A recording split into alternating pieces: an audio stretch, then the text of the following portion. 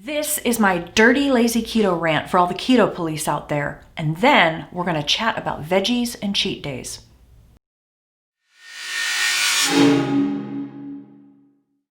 I'm Brittany from Keto Hughes, and we offer a peek into our low-carb journey, including recipes, vlogs, and meal prep.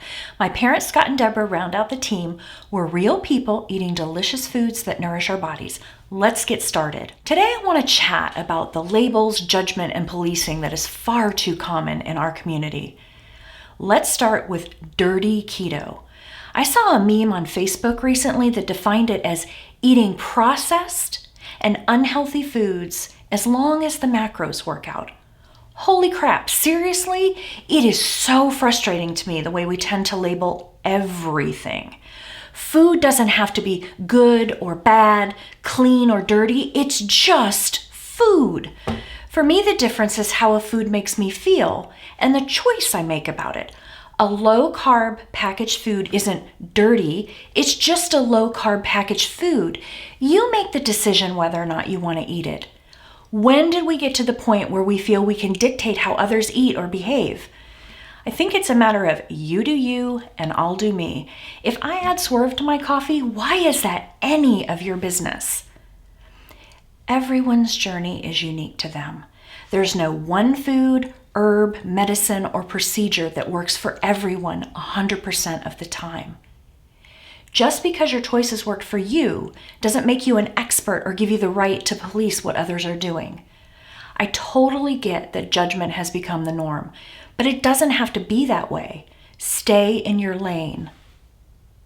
Additionally, in order to do 100% clean keto, there's a certain amount of money needed. Clean eating is a privilege that not everyone has. I've worked with people on food stamps and who utilize food banks. Fresh produce is often not available there. Organic meat or organic produce certainly isn't even an option. My invitation is to drop the policing. And can we get some new labels? How about realistic keto, busy life keto, or mind your own damn business keto? Okay, so I'm even more riled up about the term lazy keto. Most people define lazy keto as not counting your total macros, but just tracking your net carbs each day. There is no part of my keto, low carb, and intermittent fasting journey that has been lazy.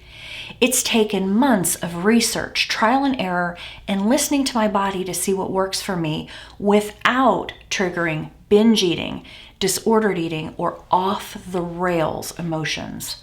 Why would a conscious, intentional choice be labeled as lazy? Frankly, I'm flabbergasted. I view what we're doing as intentional keto.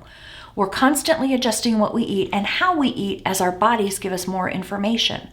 For me, I'm not willing to allow an app to run my life.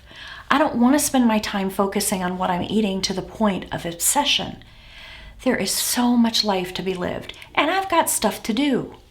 I am in a ton of keto groups, and most of them are all about pulling up your bootstraps, bringing your body into submission, and keeping your calories at whatever number they feel it should be.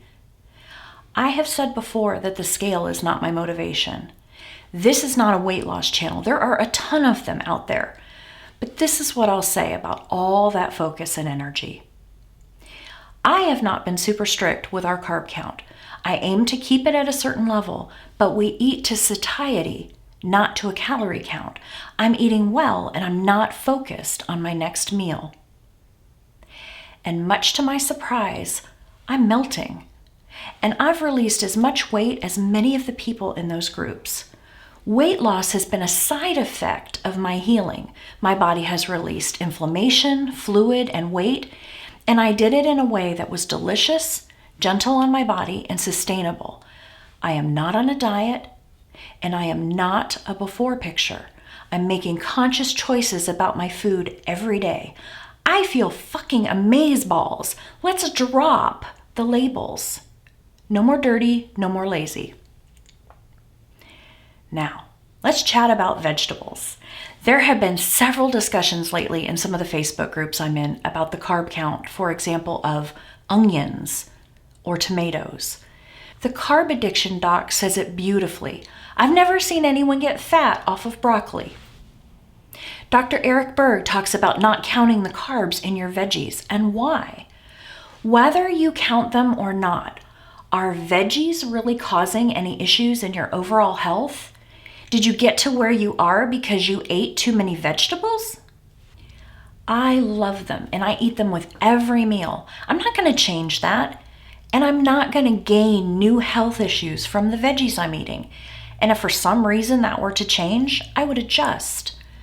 I personally choose to do less nightshades because of the inflammation, but that came from listening to my body. Can we stop policing the vegetables?